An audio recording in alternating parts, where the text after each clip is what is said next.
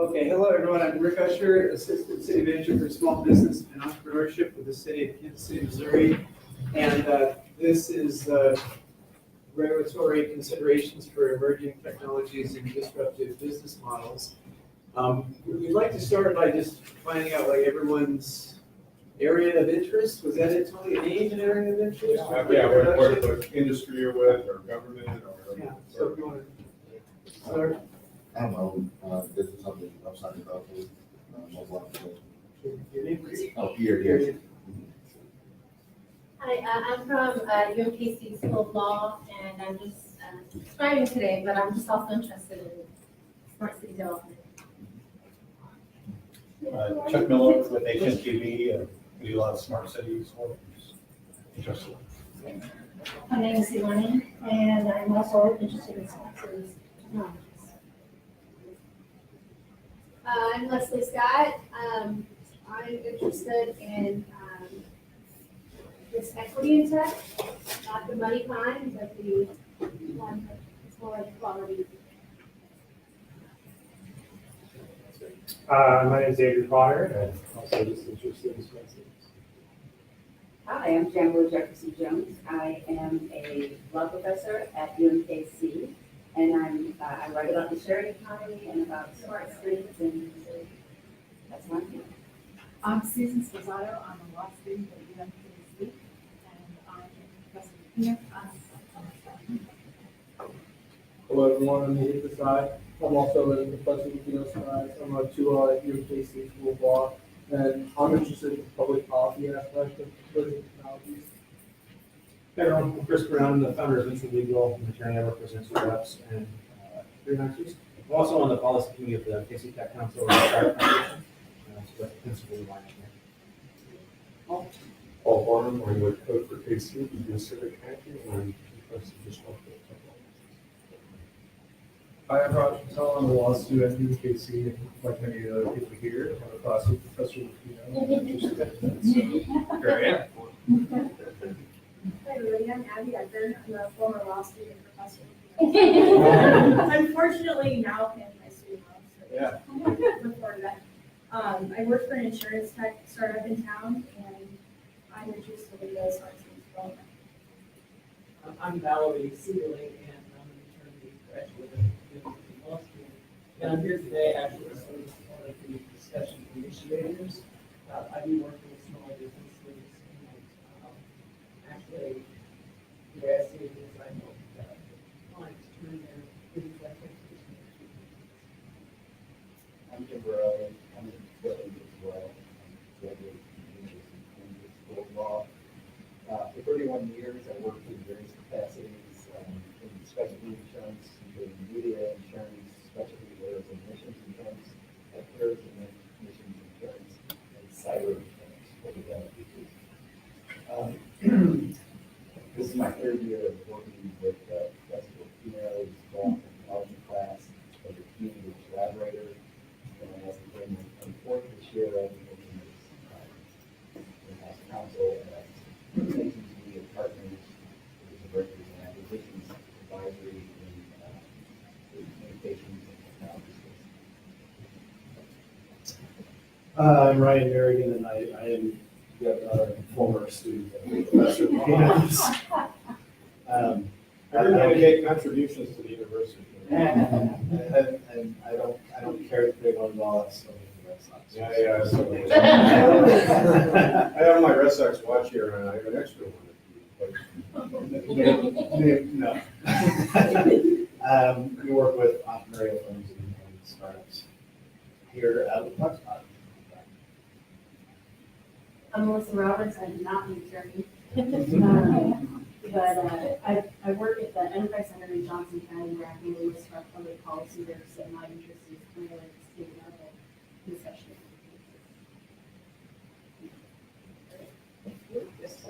Hi, I'm Julita. I'm not a lawyer, but I'm an e-scholar. I've had a class with you before. And I'm going to be a license holder for medical cannabis. And I just want to check this was. I think that's a new one. Okay, yeah, thank you. So So again, at City Hall, over the last 5-6 years, we've been, like, in the cities across the country, really around the world, working with companies on the disruptive business models side of things, Uber, Lyft, Airbnb, just most recently, the scooter folks at Bird, and then Lime, and there's Turo. So the emerging technology side of things, it's cool that I can do about everything with my smartphone today. What we're working on, though, is that disruptive side of dealing with local government regulation specifically, but regulation, I think, in general.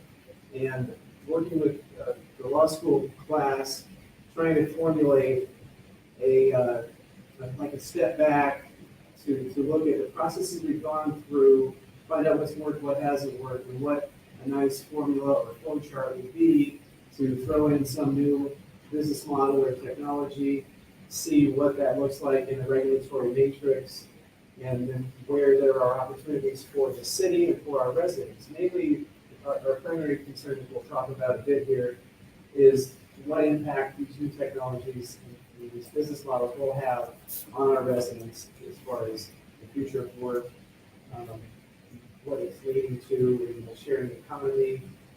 Gig economy is another term, but so we have lots of folks in Kansas City today that are trying to figure out how to make a living through Uber driving, Lyft driving, Postmates, Airbnb, and all at the same time. In some cases, there was a panel a few weeks ago where there was a woman, she and her husband did Amazon Flex for deliveries, and I think they had Airbnb. And another interesting, is at least use of the technologies, is she was tutoring Chinese students in English as a foreign language through Skype at like 6 in the morning. Because she gave a guy a tip on, hey, here's the best time to drive.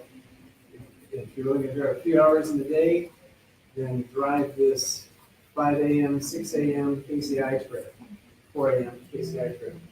So as we have this citywide goal of becoming most entrepreneurial city in America, we've seen at City Hall that we have to take a step back when we're about to be run roughshod over by, say, a company like Uber or Lyft.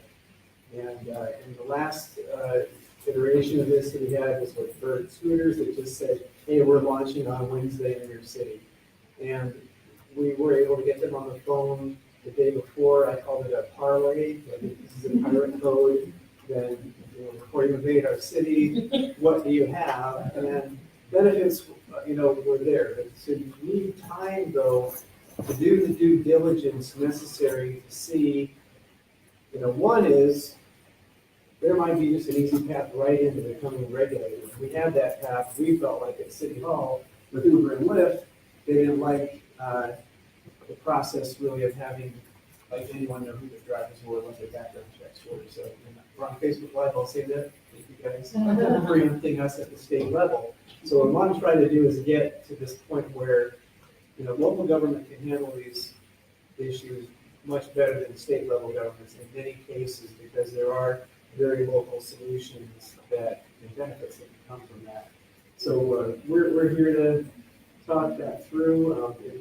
The Smart City Advisory Board, back in May, we started using the Smart City Advisory Board as the organization that would vet, the path that would vet these ideas through City Hall.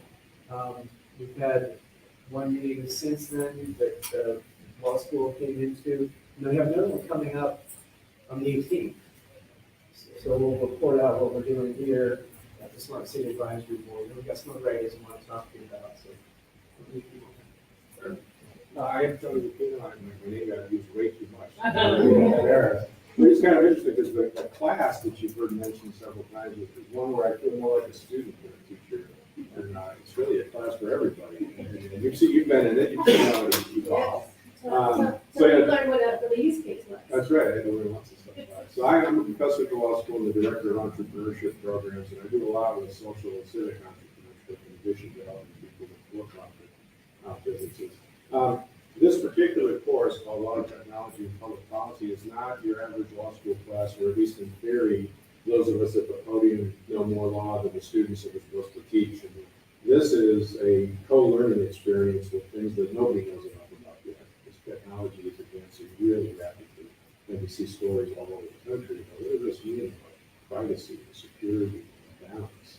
And so the course it's interdisciplinary. We've often had computer science and business students, students studying ethics in computing and engineering, and a lot of law students that you heard from today. So we're looking at this, and we have been involved with things like the IEEE International Smart Cities Conference back in September. And in preparation for that, I remember looking at the IEEE website, and the first thing it said, top left of their website was Advancing Technology for Humanity. And Mayor James, when he gave a keynote at the beginning of that 3-day event, I think, in Kansas City, he said, look, all this smart city stuff we're doing is supposed to be to make conditions better for people who are residents of Kansas City, visitors. And so it's not technology for technology's sake, it's technology-assisted improvement. And so in the process of doing this, early on, when we started this class in 2014, we looked at a lot of different types of projects. There have been a lot of people from the community. Valerie and Jim are examples. Leslie had graduated from public administration at our school, but really came as a community member to the class. And so we're looking at these challenges together. Paul Broadcoat with KC, they've been attached to some of the teams. This particular semester, we have a couple teams that are looking at a model data handling policy, the whole process of gathering data, what deployments of what kinds of sensors and other technology, privacy and security issues, and data sharing agreements. How much is the city when it signs contracts with big vendors or smaller sized vendors? How much are they giving? How much are they getting? How much are they sharing information? Some spin-outs came out of that class. Once we started dabbling with the intersection of technology and regulation, we got things like Rick brought us the Uber. We had some students do some research on Uber and Lyft across the country. And you're going to hear more from Professor Jefferson Jones in a minute about her pre-policy scholarship that's all about regulating and sharing the economy.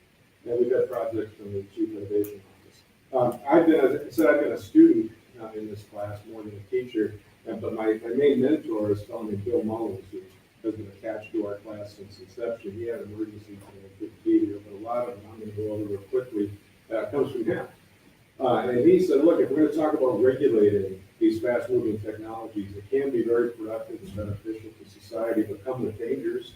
When somebody says to you, Rick, we're going to come into town and drop these scooters and heck with you, and you have to deal with them, they're in it kind of make money, and so there's balance. It's all about balance. So Bill said, if you're talking about regulation, you should start with some kind of authoritative document. So we like this one. This is the preamble to our Constitution. And notice the first 3 words. It's not we the algorithms. We the people. So if you read the whole thing and start to think about, well, what does that really mean when government gets involved in regulating or entering into public-private partnerships with industry, and you want to get this balance so that the people are involved? What does that mean? And through our class, we developed this notion that government is supposed to be protecting the commons, what we all share. And so, yes, you're going to see new markets with new technologies, but the main thing isn't how do we get the newest thing into market without actually understanding the consequences of it. It's let's keep an eye on this and make sure we're regulating diligently and paying attention. So we started shopping around for, well, who else is looking at these same kinds of things? Initially, we looked at privacy policies only. It was pretty narrow a few years ago when we started doing this. And there were lots of them because cities are competing for open data portals. You can post the most stuff, which is good, transparent government in a lot of ways. But some of the information is supposed to be autonomous, but we've done enough research to know sometimes people aggregate different data sets of things you thought were anonymous or not necessarily anonymous. Sometimes you can put things together, you can re-identify. So we'll look at things like that. But we really wanted to step back and say, is anybody looking at the connection between these smart cities endeavors and how to regulate emerging and disruptive businesses and the people connection and the connection to the environment? And we found San Francisco. And so you're going to see later on today, this afternoon, we're going to do an exercise where you look at interesting set of resolutions the Board of Overseers in San Francisco put forth in April. Cross-referencing something called the precautionary principle. These things are going to be on your table. And we're going to talk about, does this look like something we could borrow from or build on in Kansas City or not? And we want to have an open discussion of the pros and cons of what San Francisco's up to. We've had our students really digging in, looking at all the activity for the meetings of what they formed, emerging technologies, open working group, with many community participants, many from the tech industry, many from other parts of the community, neighborhood associations, the Elder Carolines. There's a whole long list of who's on their committee looking at this balance that we want to have.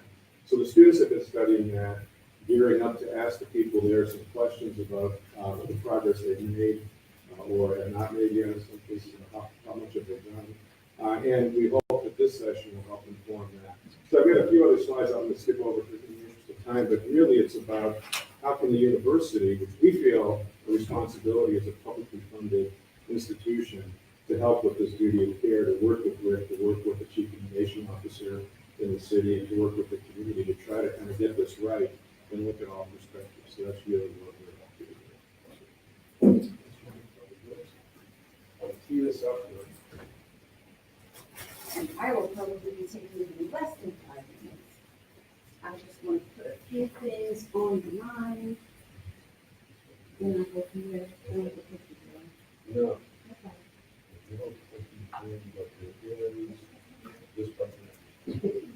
That's what you said, one second button, I'm good.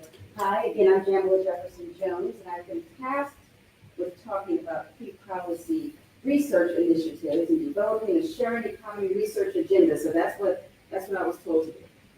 That's not really what I'm going to do, but I'm going to do a little bit of that. I'm going to talk some about some of the challenges to the university, working along with the community and the tech community and everyone in trying to figure out what's going on out there, how we can get ahead of it, and how we can make these disruptive technologies work for all of us. So the first question, of course, is what in the Sam Hills pre-policy research, right?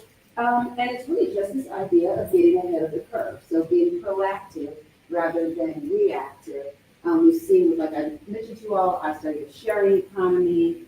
Rick mentioned the bird scooters falling out of the sky, one night. And so we are stuck in this position where we have to figure out what to do right as it's happening or after it's already happened to us, instead of working along with companies or already having something in place where when a new transportation company, for example, shows up, we say, oh, we have something for that. Let's sit here and start negotiating from this point. So that's really part of what we want to do, get ahead of the curve and be proactive.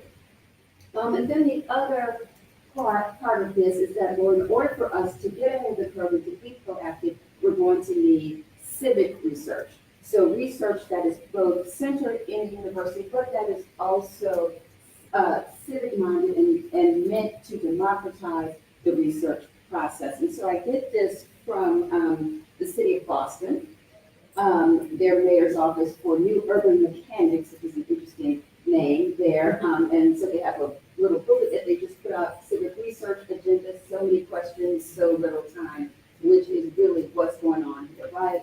So much to talk about, but we don't always have the time, so it's good if we can get on the front end of this. And so the ways that we can democratize the research process are by inviting everyone in. And as Tony mentioned, this is supposed to be, the technology is supposed to be for all of us, not just for some of us.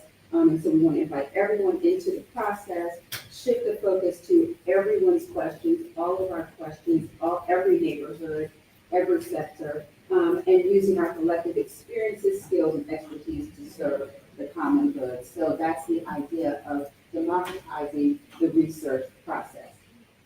So where does research generally live? We think about it as living in academia and in various areas of inquiry. So we can think of computer science and urban planning. And I put on my thing here where it says entrepreneurs can't live without, and I have one here, the law, exclamation point. So that put the law on there, and I know oftentimes those who are in entrepreneurial endeavors members don't want to talk to the lawyers, but if you talk to the lawyers on the front end, then maybe you won't have to talk to the lawyers on the back end, right? So the law, and of course, there are all sorts of other areas of inquiry, but those are some that are important for us. But there's a major challenge here, and it is what motivates academia. Oftentimes, there are these ideas that if the university and the city can get together, we can make things happen, where the university is civic-minded, the UMKC is the university for Kansas City. The problem is academia itself. And I've just gone through this process. The problem is tenure, right? And most people don't think about this because you're not in our little bubble, in our little world. But I have up here this 20-40-40, where 20% is service, 40% research, 40% teaching, and that's what helps the faculty at our universities go forward and be able to keep their jobs and all of that. The problem then becomes that when we engage in the community, oftentimes it's not seen as research inside of the university. Instead, it's seen as service, and as you can see there, service doesn't count for as much as research. So on one end, we have work to do that you all can't necessarily help us with. We have to change the paradigm. But there are some ways that paradigm can be changed. And that's for us having knowledge deployment as a measure of promotional tenure, but from the outside, from the side of the cities and the communities, asking this question, well, will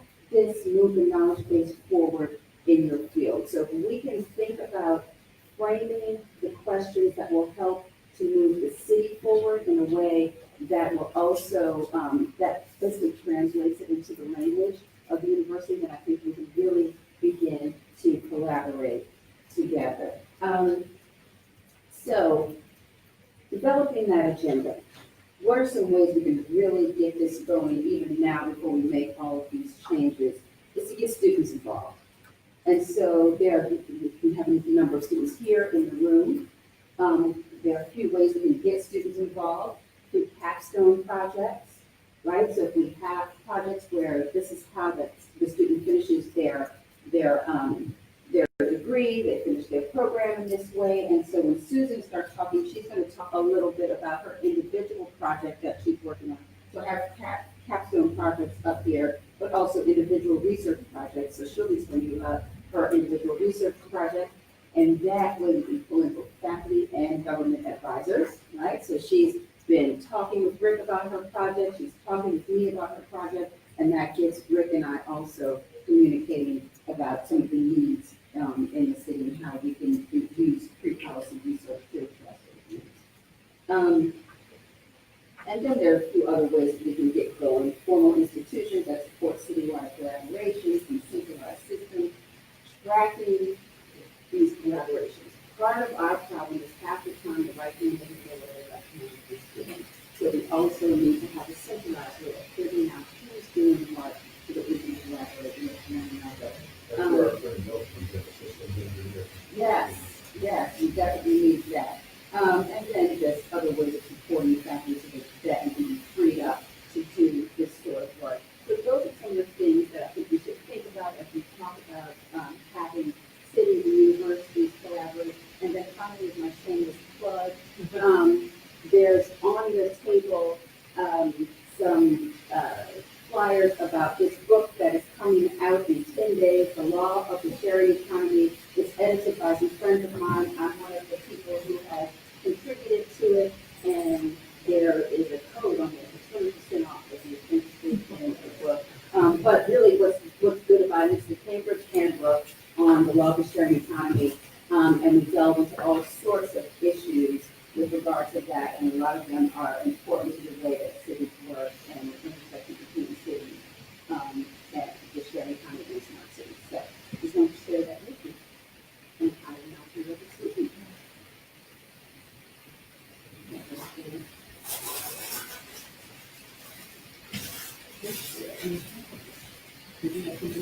No, I'm not. I'm going to find it.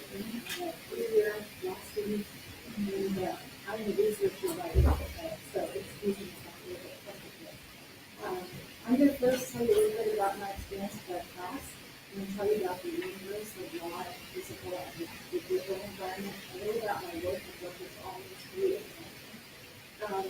Bird, Lime, Slack, Jammer, Yammer, SAS, Fast, Asana, Basecamp, GDPR, and Cloud.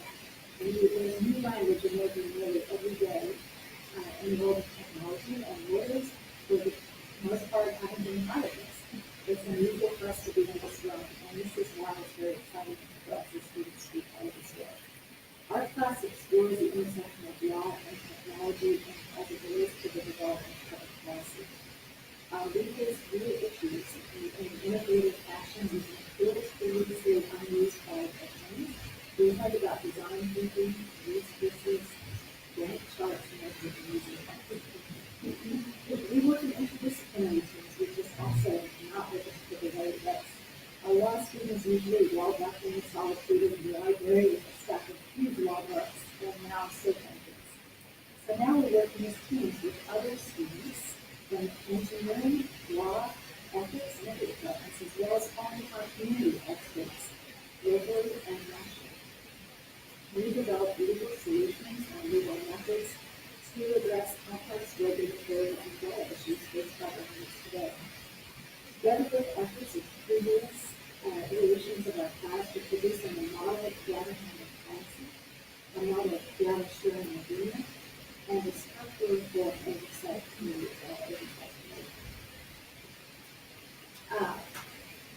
As far as universe goes, I think we're talking about environmental policy and San Francisco's environmental code. And why does this make sense? Why are we looking at why San Francisco looking at that? And I'm kind of thought of it in terms of a physical environment and a digital environment. So we have a physical environment around us that we know has to be a certain sense of balance, for instance, the environment thrive. We have a government outline for people with laws to promote the order that we want to keep kept. Then we have our digital environment, where we're talking about complex privacy issues, security, and other issues. And these aren't put our regular models.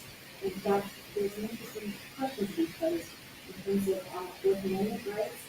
When we have the title case that says we have an expectation of privacy only in those areas that society agrees with an expectation of privacy. Makes us wonder as we enhance our digital environment, bring it closer inside our homes. Do we no longer have an expectation of privacy, or we have Fourth Amendment rights? So these are the kind of questions that we're going to what Rick is saying now is kind of a combination of the two. We have the physical world and the digital world combined. And so we have the issues of data, and we have the issues of the physical environment. And so it's difficult for cities to be able to figure out how to navigate this in terms of regulations. So, just some of the things that you think of in the future, there's Prototype, which is a Stockholm company that's developing survey robots that have the AI that they're training in order to be able to have facial characteristics and empathy and things that people do. I think it's a good questions there. Are we going to do these as people stats, right? Citizen status? What about ethical questions? We have Waymo, which is Alphabet Google product for testing autonomous vehicles. We have Uber Flight, which says they'll have drones, personal drones out within 5 years. So you can see a dramatic change in the physical environment as a result of those people. You yourself have been training the AI for a very long time, knowing it or not. You're aware that your location is being monitored in different ways and different things about that. But you probably didn't know that you've been training AI.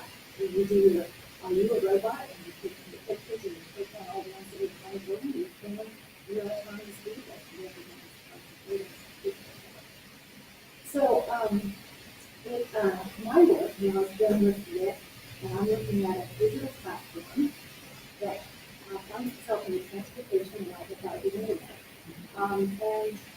The interesting thing is that some of these businesses are able to kind of find a legal way, sort of a legal ambiguity, in order to get past laws and find an advantage in the marketplace. And in these cities, it's a difficult place, and how do we regulate? And so I've been working on studying other states have done, seeing what interactions these companies, they're jumping ahead with to see, what other cities or states are doing, how they interact with in courts and how they view themselves. And so I think as a city, that we have regulation. So my last piece is, what does this mean to you? And so I want you to know that Kansas City is a leader in this area of entrepreneurship. Currently, the most entrepreneurial city in America, they have proactive city manager who is leading the head forward thinking about doing the highway and doing job with us with policy research. And they also have a chief innovation officer, Bob Bennett, which is one of only 13 states that can have a chief innovation officer. So the fact that we have that is pretty fabulous, and it's Smart City Advisory Board, as you heard, it's a great place to be in the area. So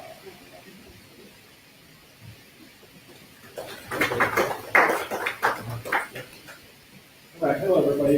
Again, my name is Chris Brennan. I'm an attorney in Kansas City. I work for Venture Legal, solo lawyer. I'm also on the policy committee of the Tech Council and the Start Foundation, but I'm not here to necessarily represent them.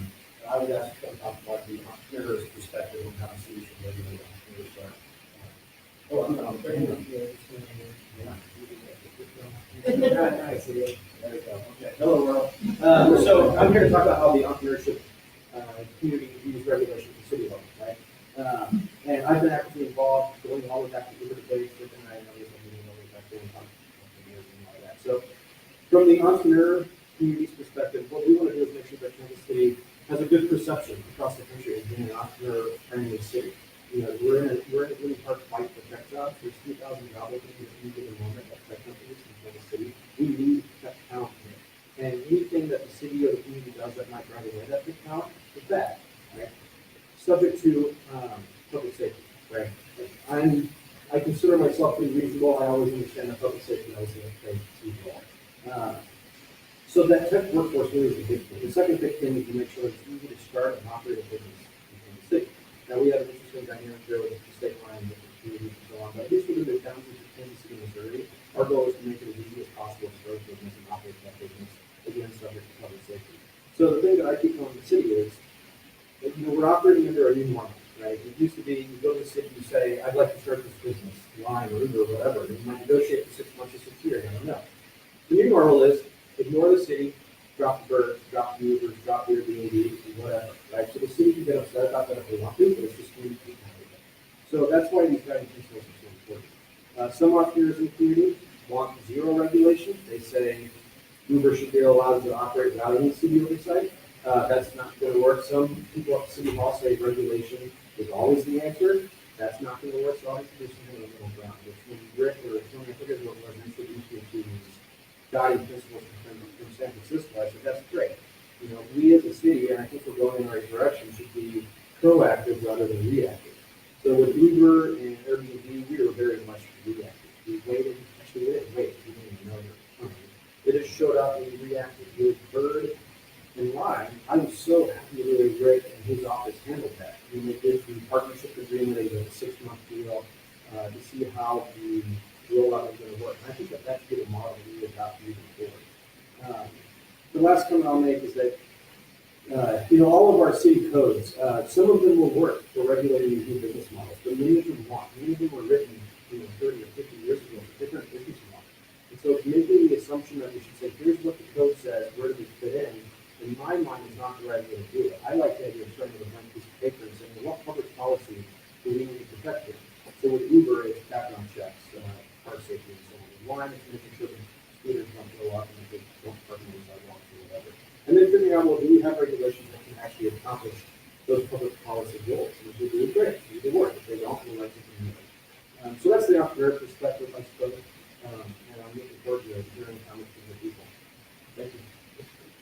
Well, that's the perfect segue into the workshop part of the community. Although we can take some questions, Chris, let me just tee up the workshop part and we'll take a little bit of a part of it. So it should be plenty of copies on every table of these resolutions from San Francisco. Everybody can pick this up and get this started.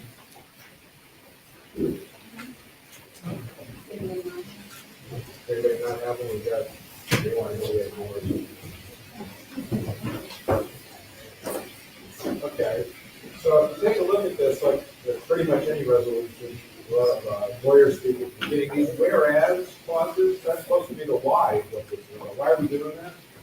And I'm gonna have you, when you get into the workshop, read them all, but take a look at 1, 2, 3, 4, 5. This was what I was referring to as balance and diligence, and I think Chris was sort of echoing. It's not regulation at all costs or no regulation, but this says, this is San Francisco's observation, technology and innovation have many positive effects, including on our health, safety, overall quality of life, and economy. But thoughtful regulation is also necessary to ensure the social benefits are maximum for the people. So this is why when our colleague, and friend Bill Mullins, was looking around to see what might we learn from last night at San Francisco right away. When you look at the rest of this at your table, they immediately say we want to ground however we approach these policies, just as Chris was saying, with a fundamental principle. The one they cited was what they call the precautionary principle. So when we get you in your workshop group, part of it is to test out a hypothesis you're going to see written down or put on the screen too, about the relationship of that precautionary principle that you can read about, and the discussion initiator will show you where it is and the other documents on the table. Doesn't pick up there just for discussion. Pro or con, could be that we're completely off and you say, no, that's not going to fit, or get questions about it. Later on, as time permits, a couple pages later, they said, when you're approaching any regulation, here's 12 things to think about.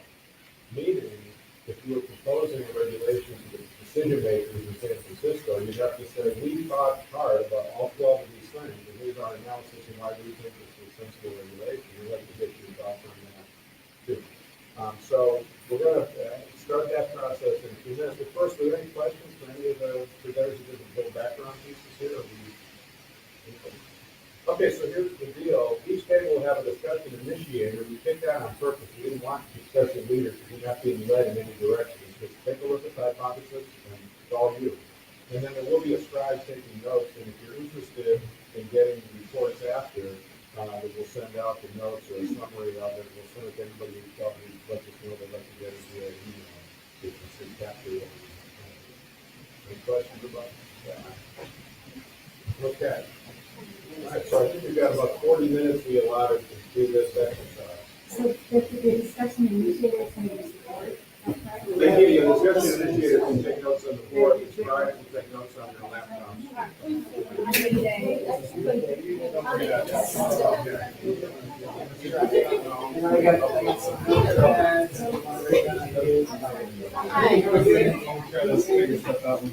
So I'm your initiator. I know some people were added.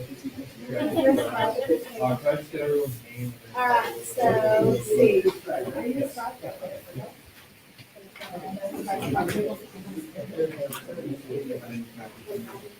All right, we went around the room. Do we want to remind ourselves about who everyone is? I think at least 3 people should be pretty recognizable. Do you guys want to remind the rest of us who you are? My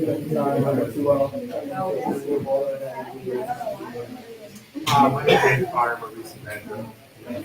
I think it speaks volumes when people come back. Like you might come to like suck up to your professor, but once you graduate, you have no incentive, right? So I think it speaks volumes. Okay. Well, and I'm Leslie. I forgot that. A bunch of things, but all focused on the nonprofit sector. But it's been about 8.5 years in IT and a technical writer. Got an MBA, Black School, and I've been interested in the intersection of entrepreneurship, community development, transit, workforce development, all leading to economic prosperity.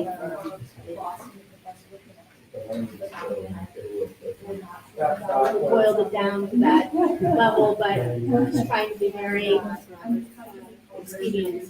Okay, so Susan's going to be our scribe. Oh, you're the scribe. Okay. Fantastic. Okay. Awesome. So you'll be our scribe, and gonna be the one that's gonna report out. And then we have, everybody's got the discussion topics. Okay.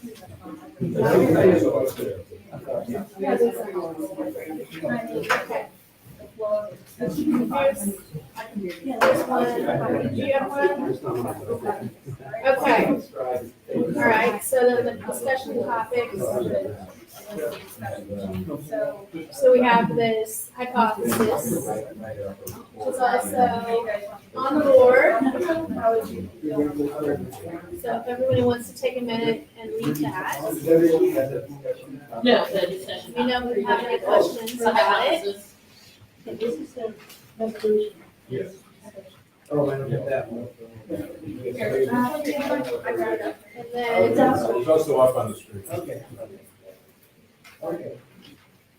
So, we want to take a minute to think about the move law on pages 3 and 4 of this resolution are these, forget how many you said, 12, 15, 12, guiding principles. So if you want to take a minute and just roll through those really quickly. Yes. That's what I said, yes. And what makes you say? Really, it's really the last part of the steps that we now begin our conversation direction that we go over.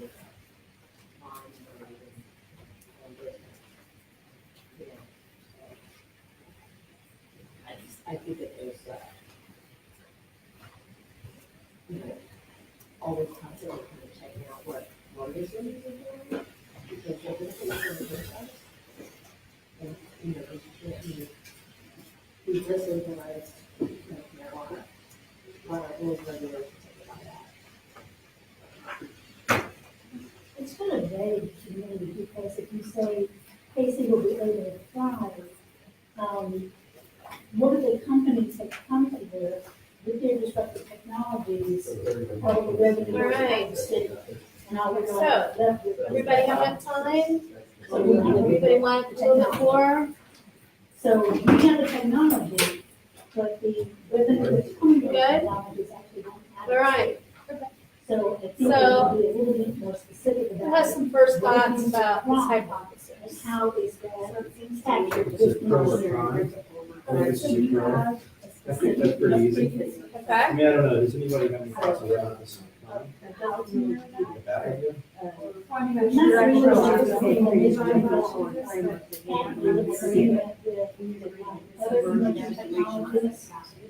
In my mind, it's the right direction to go. It's not really high level. Now's the time to scribe.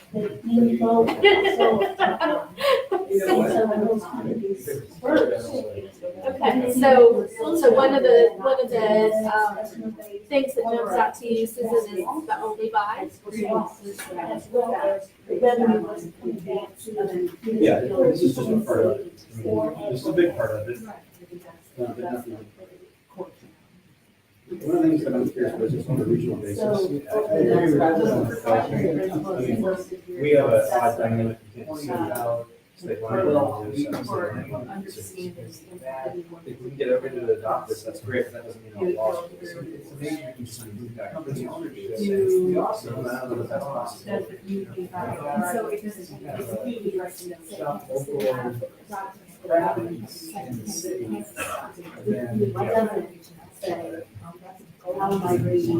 I just think Johnson County will part, you know, is gonna have different desires and needs and concerns from downtown Kansas City, which is gonna have different desires, even within Kansas City and other sides. Yeah, there's like Kansas City. So I don't know, at a minimum, I like that, yes, Kansas City, Missouri, as a city is obviously. I don't know how much we care for today and try to reach out to everyone yet. Just because I feel like that would take 10 years.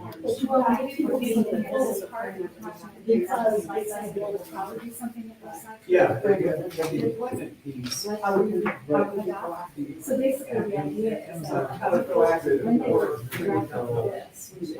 Millions out there. well, we justify doing this because This compassionate principle that says, you know, Still, and So, there are So we're saying air, water, So doesn't that. But again, I'm taking what you were saying, that the difference there is that San Francisco is only dealing with samples. And maybe our starting point should be Kansas City, Missouri, and then we get this in place and we take it and try to set up this with our neighbors. whether they have any. But you could try to do it on a Customer basis. Revenue, That's right off at one time, that said, Kansas City, Missouri, Kansas City, Missouri, adopted and then try to go and replicate it. a lot of businesses that really aren't. What do you all think about the tendency for that competition for border war? Like, how do you think the border war was played?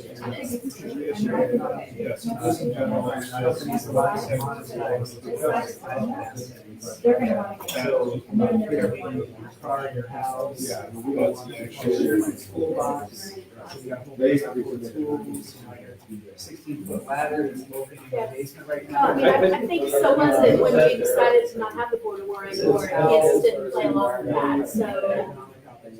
Yeah, I just feel like you have some of the more conservative areas of that's what this is. Well, even though See, you there's change some down house ranking stuff, right? of that Their company. definition of what does it mean to be like, It's like there's you 10%. mentioned water, I think, but Yeah, when you have water rights, are going to be. Really was kind of. And I say ours in terms of the liberal of the city compared to like conservative. And you're just over there. We just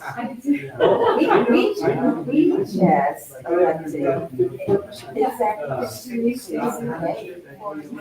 But yeah, I know, I'm just saying that, you know, there's obviously many different I just can't think about the. mindsets of how you relate this. And that's the reason Oh, this is yeah. going to be way more liberal than what a lot of Kansas City communities will embrace. It's just my, yeah, and I'm saying in terms of. I guess one thing we have to do is we kind of Kansas just went relate great. this to the whole situation, but There's a lot of factors. think about the service and just, you know, scooters. Here, and mobility. I think this is great. We're just past the precautionary principle. You are getting This is, it's been around for a while, right?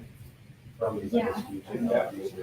Yeah, the precautionary principles have been around for a while, and so they're just referencing back to it. So this was produced in April. Yeah, but this, Right, some of the work. I think this is decades old. It's been around for a while. But anyway, then, aside from the word, it's that recent? That might be the most recent iteration.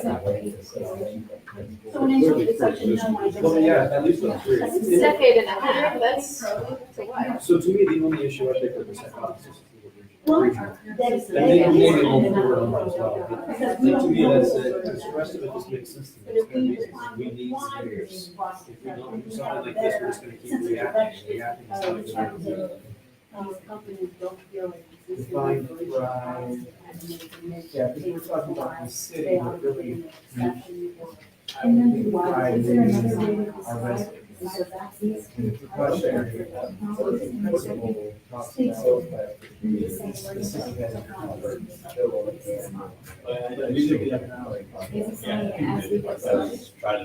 you know, balance our resources so we can help so that we get benefits and keep precautionary. Be a little bit cautious. Yeah, I mean, Whether it's a disruptive business model. I think there is that. Value business model, whether it's been around or whatever, it has to be done. We just care about. So I do the say, idea of right now, technology yes. upgrading the knowledge. And even looking at future trends. I agree. I tend to just call them new business models. Yeah, I don't focus on whether it's tech or not. I don't focus on whether or not it's disruptive. I just say, hey, is it doing things in a new way? If so, the current regulations meet the needs. And it often don't. What are the values and principles that you're talking about? So the new technologies. Know that if these people come to what we're talking about. I would broaden it to new businesses. I mean, if we're trying to edit the actual language.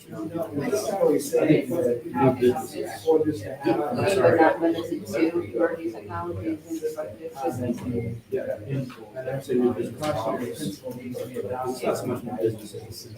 New business models, including but not limited to emerging technologies. Those include emerging technologies.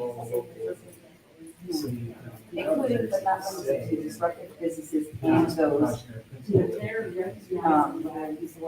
employing emerging technology. Did you get that? Sorry. Okay. Okay, so new business models, including but not limited to Disruptive business models and those employing emerging technology.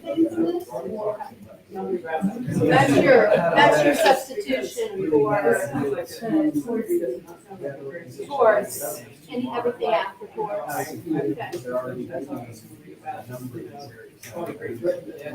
I would be really interested to see what happens if I go to some of the incumbent businesses. I know that our business Truro, and they're kind of arguing with enterprise and all of them, because if you bring this to Davis or enterprise, they're going to want you to protect their business model. They won't say it like that, but that's what they're so their view on this will be vastly different than what you put in this room. My guess is everybody's being wants to push forward. Whereas maybe this is an overgeneralization, but I feel like they have a business model. They've built a massive business model around paying for buildings and stuff. They don't want to change that. Yeah, I guess the word disruptive business model, and it appeals to an audience like this, but maybe not to some of the more traditional business models. They're saying we're the disruptive. That's why I would like to choose an anonymous example that I gave, who's thinking about things like that? Who's thinking about it? Yeah. And how all that technology is I guess I don't have any suggested language, but maybe example why somebody brings business, but also include businesses. Not to just bring users to disrupt by bringing new technology. Well, just for the sake of doing that.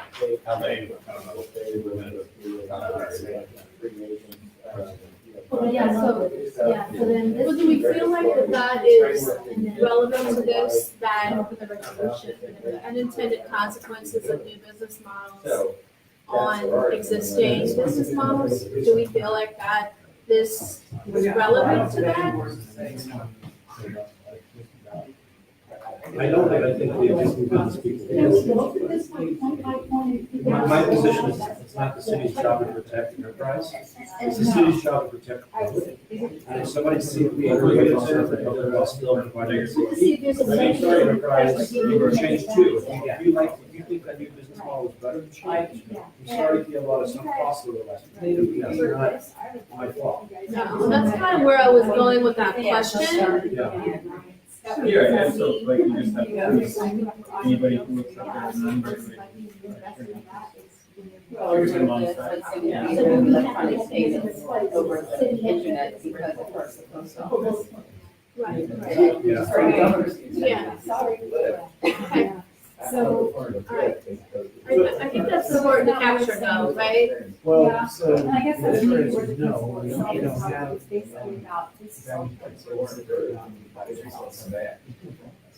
does anybody know who's very close? Well, and I mean, if you think about that, you know, there might be an argument by existing car companies and hotels, taxi drivers, everyone who's been affected, like, well, it affected me as a person because I could no longer make a living on the job that I had. So there seems to be some relevance on the individual level, and I think our companies might say, well, we'll have to lay off people, so it seems like people, a very right? broad. So how do you feel about that? Yeah, my answer is. Do you guys feel like there might be step one in a lengthy process of creating regulation that create that? I don't know, solutions that I'm offering, I'm You put a lot of enterprise Or employees. do you think that there could be a better step? They're all in favor of helping people find a Well, job. from an analogy standpoint, I like to do that. I hate to word. I like to get our It's not like Marx's business model. clean water. If you talk to a coal miner, you probably are, you know, like, that's kind of where I'm thinking as far as what might have happened in recent times. And what you only see the smaller parts out of it. Continues to grow, Subset of all transportation. so I don't know, do we still feel like this is not necessarily relevant to existing business models as far as care, what unintended negative consequences happen to existing businesses? Essentially, this is Guiding principles? There's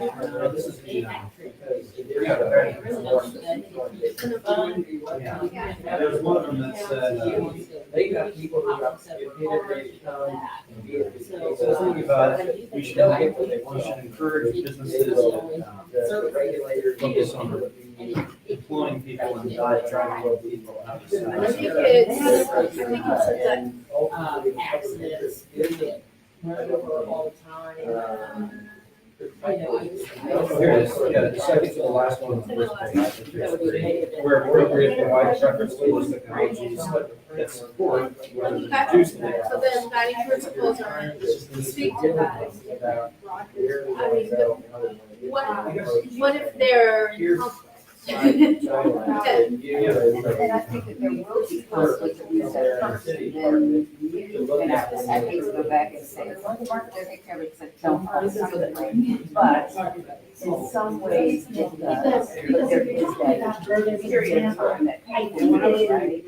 And then the question is, what do you do to make sure that the period is short? Because there is that period of training, and we are transitioning.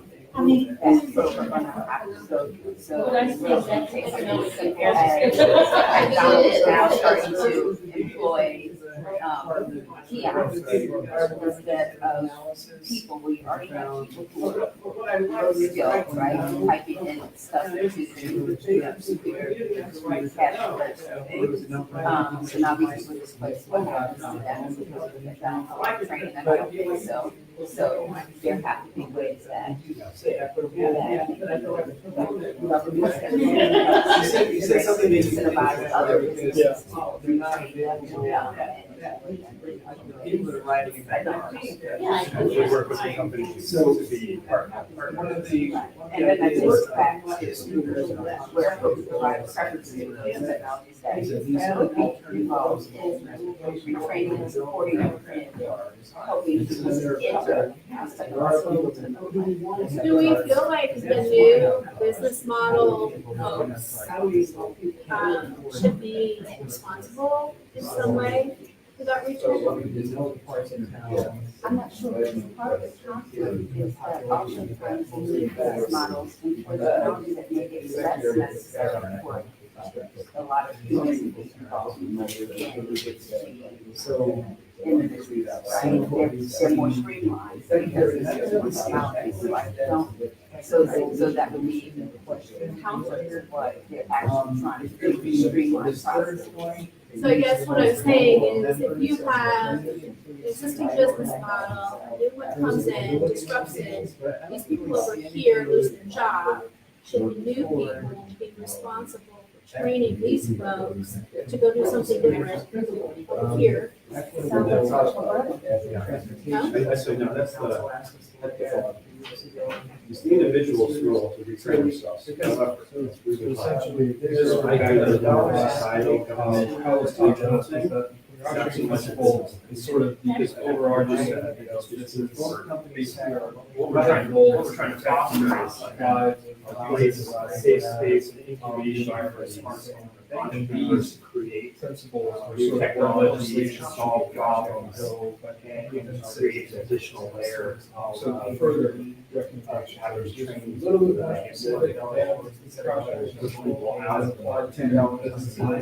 There's a better place where they can go out and just focus on that. But still broad enough to where you can still create. Yeah, just wondering about the corporate social responsibility. I think they should be aware, it says here in the first category, they should provide a net good consideration on whether it's. I mean, that's a general feel good type statement. I don't know. We should keep it. But I think we should hold them responsible and that they should be aware and work with things.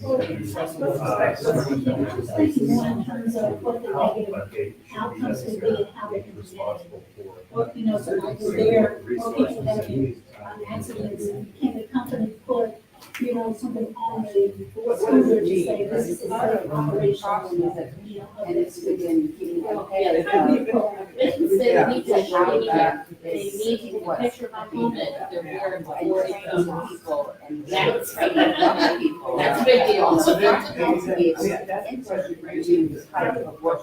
And that's the challenge. They say, we don't even know what job we may be able to find. There's a, and here's the problem, is that education, I don't like what Kansas and Missouri, it's just now, that's still your scientific it's 2018, we just now did that. They're so far. So one of the, probably too broad to AI. Yes, there's a lot of things that have all happened at once, which is one of your, but again, I don't think that 7 days here to solve that or drop the train. It's more so. All the things, We have all the things. I just don't know that also. In an hour and a half. Really relevant, and we have to these guys themselves here, like somebody was saying that concept. To me, it's like, you know, the students are not stable, but when it's embracing this, making sure it's safe. To some degree, like, other things, not entirely in the wrong, but Right. So we're not stuck with these verbatim, right? Just like the hypothesis. We can certainly massage some of these if you guys think yeah, and I thought there were some of these issues that here that sound. So the only way to get that. San Francisco's so different. It's not as Austin.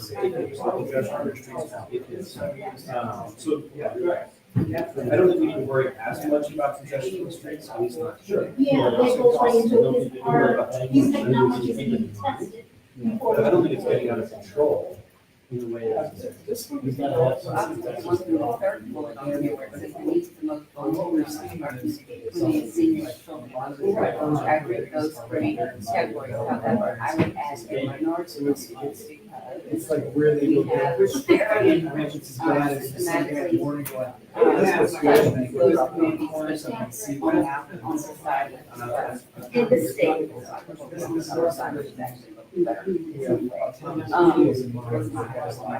But anyway, the entire east side of the city has been cut out of economic health there. So I think it's important to recognize community as well. They may not have that. They may not have that issue. They may not have the issue that we have. huge homeless population, and so apparently. But what I mean is like, we literally have city that divides these. I don't know that is. Well, the whole country has the same problem. This Well, was there's an oversight. But here, yes, that started with 25, that was I don't know if it would enforced be. via law. That's And still operating. Yeah, I'm pretty sure it's written, we should make sure that the burn line people drops theirs off. Oh, I don't know if they're. They did not do that. Well, so they should, so that should be part of this, right? They should say, if you're going to develop technology, at least here, you can't just do it across.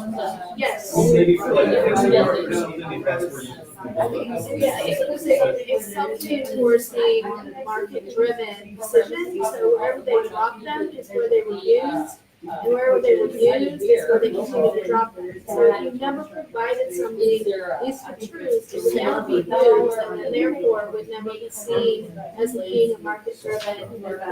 The way that they are. So that's how that went. So, but to your point, I think we should have, there should be something about that. I think it's not just minority, it's geographic region. Great technology. Because of the way our Trust city, community. because of the way our city is, involved. So everyone, it should be done, so I think that it might be the bullet points, but I think that this was asking other limitations respect for minority communities, I say no. I think that it would be necessary minorities. And then I think it has another bullet, a business bullet, either or, that says, also says, impoverished communities, which may or may not be.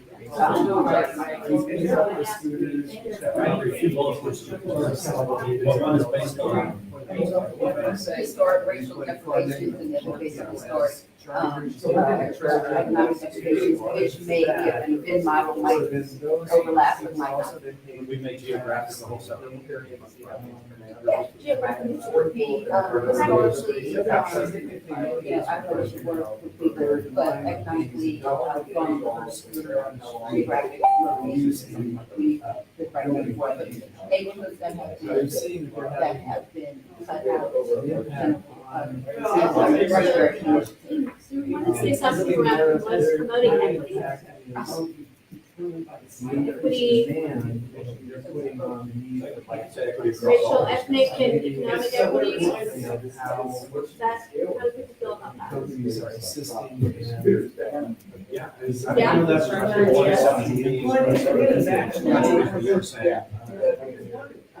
Maybe Burke can't come in with 1,000 schools and do it. Of course not, no. But so that if they want to launch the passwords and expanding their negotiations, we seeking across the rest of that's the way to expand from there. And I think go from 100 to 200, maybe 700 should be more. Well, there's a way to say, to honor the market reason why we might make a decision, and then also encourage, equitable practices as well that may not really benefit from a market perspective, from a revenue perspective, right? So equity is when everybody has what they need. Operate on level playing field versus equality where everybody gets the same thing. Right? They're not the same thing. Right, everybody doesn't know that, some people are gonna need more. Okay, we have just a couple more minutes. Do we see any other additions or changes to these guiding principles that we would, to me, these are super important, right? Because these are the things that we're gonna refer to when we're looking back on, making any sort of decision. There used to be this thing, this one question, is it good for the children, right? With everybody trying to see if we have this. So if we're looking at the guiding principles, do we feel like there's anything else we want to tweak? We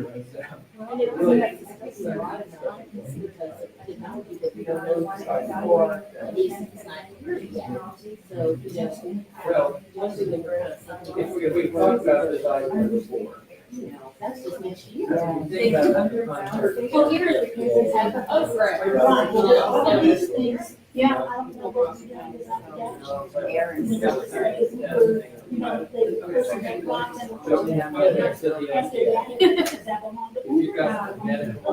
Where is it?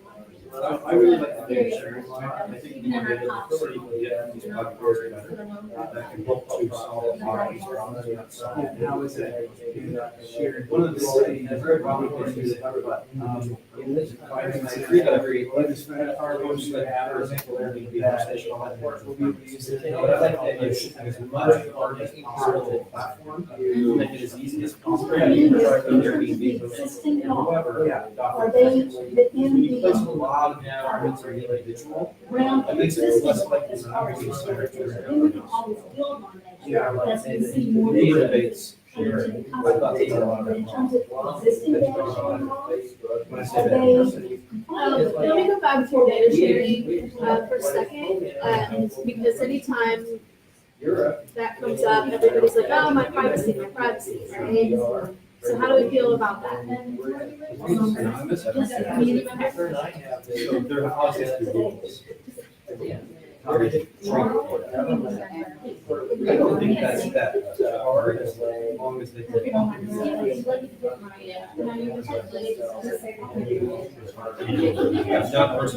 Non-personal identifiable information side. Why? And I guess it depends on the people involved. The business side, You caught me. And Uber I'm, and your name Uber is. and Airbnb, for example, all first we had Uber. Hey, if I give everybody's attention, please. So as long as it's not missing. Hello? All right. All right, yeah, I'm trying to keep the trains running. I've been hovering around on purpose, and I heard exactly as we had hoped, a lot of interesting things in various directions here, very good. And one thing to talk about at the end is how to capture this kind of input with other stakeholders in a much longer time frame than the 40 minutes you have here. But I think just as a process to see what we picked up just in a short time frame, I'd like to have each of the scribes just say a few things about some of the notes they took they felt were particularly significant. But then anybody at the table can chime in and say, well, wait, also, this. So we'll do that way. We'll do this table back here, and then this table, and that table over there. So, Raj? Great. So our table first, in our primary discussion, we discussed clauses 1 and 2 with this was the precautionary principle of chapter 1 policy statement. And that was the anticipatory action requirement and the right to know requirement. And specifically, we talked about how the anticipatory action requirement may be potential for abuse. Some businesses and companies may choose to use that in a very heavy-handed way. We also talked about how the right to know requirement may also be used.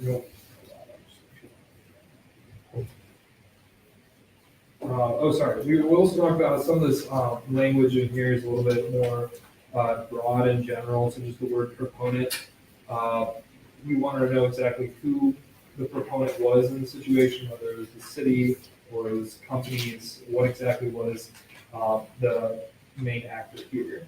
And so, in general, for the primary discussion, we felt that there were some statements that were done a little bit too broadly to really have any meaning. And in that sense, if that is the case, then you're creating a framework that's more reactive to use cases rather than proactive. We felt that something like this should rather have something where basically a framework that use cases could fit into rather than the other way around. And then for our secondary discussion, we talked a little bit about the testing and piloting of technology, and that was guiding principle that San Francisco adopted. And we felt that the testing and piloting of technology should be constrained so that it's limited and that it's difficult to regulate technology and do need people involved. Are there any comments that I missed? I think that you did an excellent job. I'd say that with respect to the testing and piloting, the challenge is that things get implemented and then they go on as if that is the status quo. And there needs to be a much more active process of if you're going to have a test, you're going to evaluate it, that you constrain the test that you and have an evaluation procedure built into it so that it's possible to change the regulations or that it's understood that you're going to do this for this long and then there's going to be something new that has to be developed. I think test is a good word. Experiments are no reason to have the IEEE thing we called it when cities experiment. These are not experiments out in the middle of the desert. So it's a different duty of care. All right, Jen?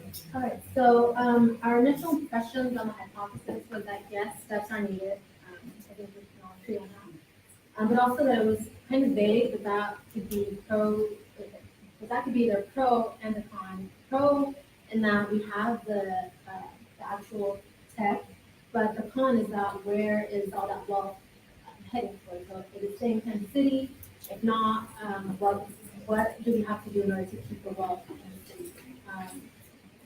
And then in terms of for the principles, we had asked, so what is the net common good and who defines that? Also, I think, is there a checklist for each of these bullet points and who will be able to establish those checklists? And something that we can relate it to Kansas City. Yeah, I think that would be worth it. Others at the table? Want to add to that? I guess one other local thing we just talked about, a lot of this was determining what's done good. How do you get input from everybody on making a decision? Who makes a decision on what is coming? Excellent. No, I mean, that's a terrific question. A lot of people assume, well, we know what that is. Well, no, who knows what that is? So, yeah, part of what we're trying to study in the class is what would it look like to get all the input you need to try to come up with a system that is fair and malleable to go along and those things happen. So that's, I think, great. Also being in compliance with existing law, Yeah. if someone comes and just drops their technology here, you can put a cease and desist order until they comply with all of those bullet points, or, how do you handle that? Right, and then Rick's got that, he's in that chair frequently, right? And so, yeah, it's a tough question, because there's really, I think, a couple things going on. There's, well, what are the incumbent businesses gonna say? They may say, well, it's unfair, but also is what's best for the people. So it's really, it's not just the incumbent businesses, it's the rest of us living there during these experiments too. So I think this is great. All right. Okay, well, we started with, first primarily, the question was, is this hypothesis pro or con? We all came to consensus that it was a pro hypothesis. And by that, what we meant was the ideas are right, and the overarching idea and public policy where we're heading is correct. But a few of the issues that we saw in the hypothesis was first the only by language. We pointed out that concept was a bit overstated. The regional basis, the adoption on a regional basis, that was a primary focus of what we talked about. So the guiding principles would be the same, but it's hard to say that the laws in all these different jurisdictions would be the same. So based on each area, based on the citizens of each area, everyone will have different needs. And so the question is, should we reach across state lines? And I think we sort of kind of came to the consensus that we should come up with a similar model in Kansas City and tailor that to what our city needs. And based on that, we can sell it to our neighbors. And our neighbors then will decide whether that is appropriate for what they need in their area or their jurisdiction. So, what else? Sorry, there's a lot of notes. Oh, yeah, and the disruptive business models. Okay, so.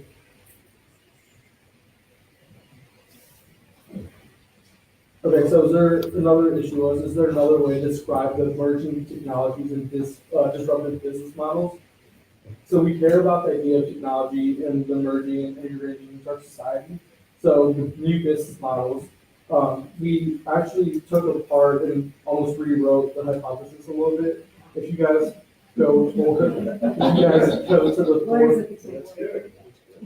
you guys go to the fourth line right after towards, we took that out and put new business models, including not limited to disruptive business models, and those employing emerging technologies. So that's where we came on that. Groups regarding not valid in all states. Small print. Small print.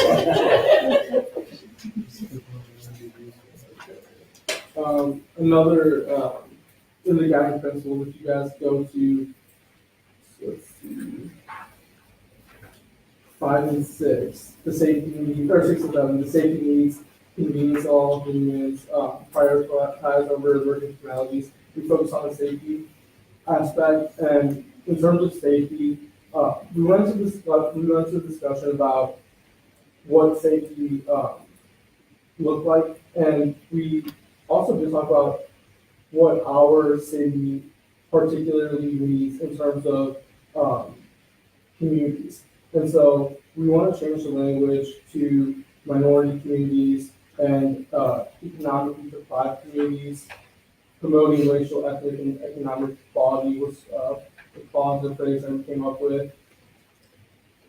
That's all I got. Very good. Very good. Any other comments from our table? Okay. This has been as interesting as we hoped it would be. Let me ask kind of a question I hope the answer is yes. You know, your colleague Bill's urging, we started with we the people. I think when we concluded in the classes, this challenge is too big for just the government to set the policy. Certainly not just the educational institutions, but we should weigh in. The tech community should have a say in this, but should not dictate the whole thing. And then we're missing all kinds of other people, neighborhood associations, all that. So I guess the question I'm hoping, yes, if we took what we just did here, a small window experiment, and tried a much more ambitious, day or two or something, where we really work through this with more representation of the different stakeholders, would that be something that you all might come back for, if we put this someplace? Yeah, that's what we were hoping. I mean, I think what we found, one of the things the students have been doing a great job on, totally them, nobody led them in this direction. They looked at the San Francisco emerging technology working group, and they tracked the level of attendance at the 3 or 4 meetings they had. And it was kind of falling off. We don't know why. We're going to ask a little bit. But one thing that I've seen, and so this may not be what's happening there, but what I've seen in other contexts is, if you're not asked to help set the agenda, if somebody says, here's the agenda, everybody comes, this is what we're going to talk about, and then they don't feel like, well, I had other questions. And I'm not saying that's what happened, but we want to find out if that might be what it caused. I've certainly seen that in other contexts. So we would like to, if we try to get sort of a bigger convening for a day or two, ask for agenda items and make sure we're not leaving that stakeholders in the account. But if you agree it's kind of a worthy process, we want to try this bigger scale. So this is a little bit of an experiment. Is that fair? Yeah. I mean, you did this one, Rick once taught a meeting, we had 100 people there on Airbnb, right? Yeah. Yeah. Okay, go ahead, Rick. Any other? No, thank you for your interest in this.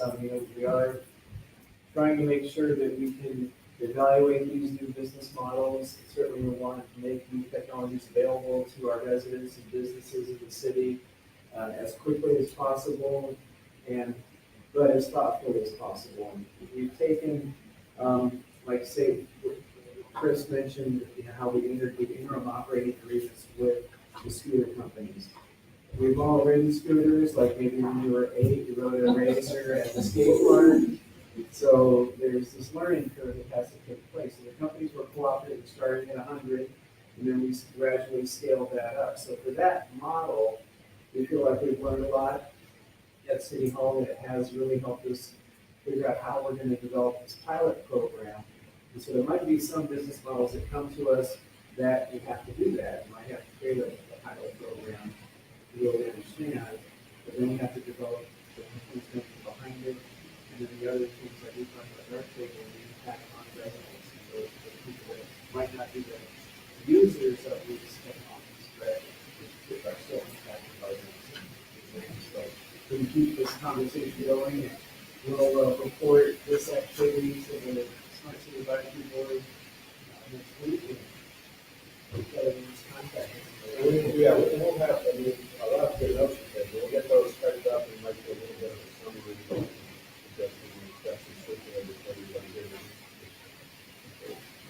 Can I get one last time? Yeah. I mean, anytime I speak with policy issues, I can do them at the same time. Because the city council and all the committees, they have, if you want to have a voice there, you have to show up. You're doing your own work day, city hall, not easy. But you have to go down there and talk to them. You can tweet, you can Facebook, you can email, you can profile, whatever. The thing that matters the most is to show up and talk to them. So anytime there's a hearing about Airbnb or Uber or Scooter or Turo or whatever, if you can, often you probably go down there, speak down there, Uber, whatever, get down there and testify. You only get 60 seconds or something on the microphone, that's really helps. You know what I wish? I wish they had a YouTube channel where someone could be at their desk after their work and type in a comment. I'm not advocating that this is the right. So I was saying this is where we talk live more right about now. that, but there are some hearings where we are on YouTube and we're watching comments, but we really need to more in that realm. That's what there are a lot of cities that do that. They can let you participate remotely. And your voice is just as valid online in real time as it is from that Yes. I'd like to add even something more to that, because the people who can take off and be very motivated. There are people who might not be able to take off, they can sit at their desk and see something, or who can have their phone and do that. But then there are other people who are, when they're at work, they can't do that either.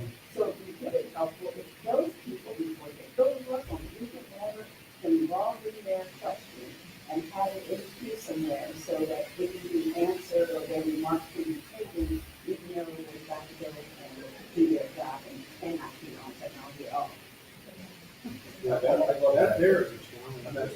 We could get together with the university and have design that. Communicating. Because they have access to technology, so I don't know how to solve that issue, but I just want to Right. make sure, as a former visitor, we don't really follow, activities, not Sorry. Thank you, everyone. Thank you all. We'll have this on YouTube here later today. It's on Facebook now at PC News Care. You have to get them on YouTube, like, blow that movie. Thanks, guys. Hey, talking on the spot, like every time. Especially with. Nothing, everybody. Yeah, it's really.